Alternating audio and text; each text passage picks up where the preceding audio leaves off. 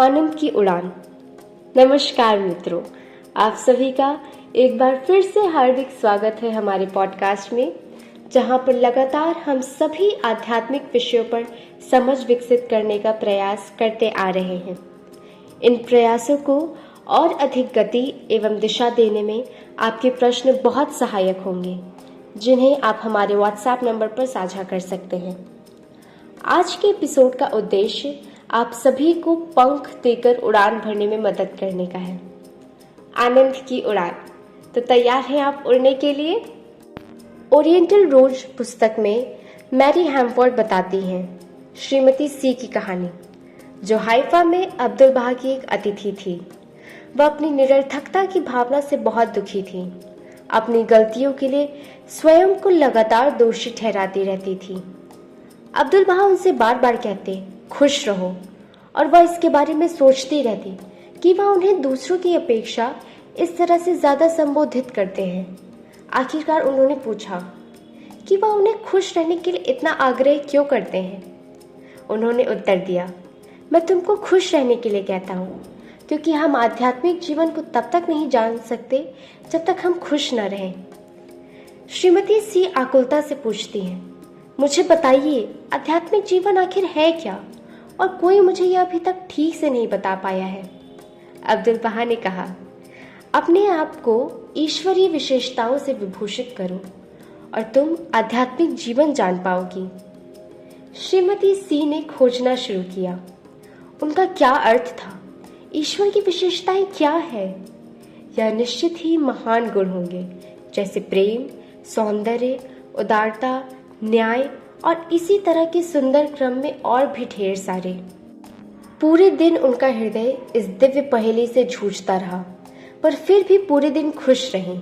अपनी जिम्मेदारियों के बोझ पर उनका ध्यान भी नहीं गया, जब तक कि शाम को वह उनका हिसाब करने बैठी कि उन्होंने सभी को पूरा किया है या नहीं।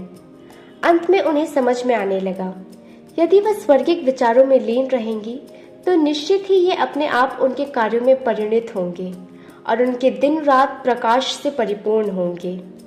निगुण वचन में बाहुला हमें प्रफुल्लता में रहने का आदेश देते हैं। हे मनुष्य के पुत्र, अपने हृदय की प्रफुल्लता पर आनंद मनाओ, ताकि तुम मुझसे मिलन तथा मेरे सौंदर्य को प्रतिबिंबित करने के योग्य बन सको।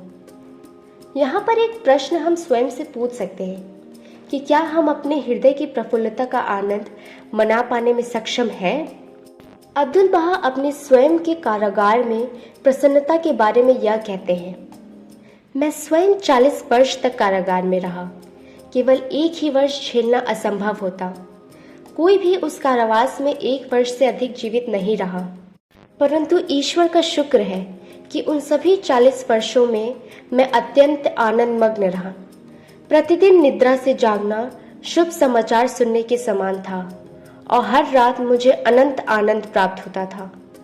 आध्यात्मिकता मेरा सुख थी और प्रभु की ओर उन्मुख होना मेरा सबसे बड़ा आनंद। प्रसन्नचित्त रहने, खुश रहने के आदेश का क्या अर्थ है कि हमको कठिनाइयाँ, परेशानियाँ और दुखों का अनुभव होने की कोई आवश्यकता नहीं है? निश्चित ही ऐसा नहीं है। इसका अर्थ यह है कि जब हमारा हृदय ईश्वर के प्रेम और उसके लिए सेवा देने की इच्छा से भरा होता है, हम अपने कठिन समय का सामना भी आनंदपूर्ण होकर करेंगे। पर इस स्तर तक पहुंचने के लिए हमें अपने आध्यात्मिक गुणों को विकसित करने के लिए दिन प्रतिदिन अथक प्रयास करने होंगे और इन 2 भावनाओं को समझना होगा, फिर यह सब आसान हो जाएगा। अब्दुल बहा हमें बताते हैं, इस संसार में हम 2 प्रकार की भावनाओं से प्रभावित होते हैं, आनंद और कष्ट। आनंद हमें पंख लगा देता है। आनंद के समय हमारी शक्ति अधिक बलशाली, हमारी बुद्धि अधिक तीक्ष्ण और हमारी सूझबूझ कम धुंधली होती है। इस संसार का सामना करने और अपनी उपयोगिता का क्षेत्र ढूंढने में अपने आप को अधिक योग्य पाते हैं, परंतु जब हम पर उदासी और खिन्नता छा जाती है तो हम दुर्बल हो जाते हैं। शक्ति हमारा साथ छोड़ देती है, हमारी सूझबूझ धुंधली हो जाती है और हमारे विवेक पर पर्दा पड़ जाता है। जीवन की वास्तविकताएं हमारी समझ से बाहर होती दिखाई पड़ती हैं। हमारी आत्माओं के चक्षु पवित्र रहस्य का उद्घाटन करने में विफल हो जाते हैं और हम मृत प्राय प्राणी मात्र बन जाते हैं। ऐसा कोई मानव नहीं है जो इन दो प्रभावों से बच सका हो, परंतु सारे दुख और शोक भौतिक संसार से उत्पन्न होते हैं। आध्यात्मिक जगत केवल आनंद ही प्रदान करता है। क्या हम आनंदित और प्रसन्नचित्त लोगों में गिने जाते हैं? अब्दुल बहा हमें बताते हैं, अपने बारे में मत सोचो, बल्कि ईश्वर की वदान्यता के बारे में सोचो। यह तुम्हें सदैव प्रसन्न रखेगी।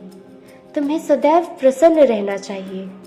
तुम्हें अवश्य ही आनंदित और प्रसन्न लोगों में गिना जाना चाहिए और तुम्हें ईश्वरीय नैतिकताओं से सुशोभित होना चाहिए।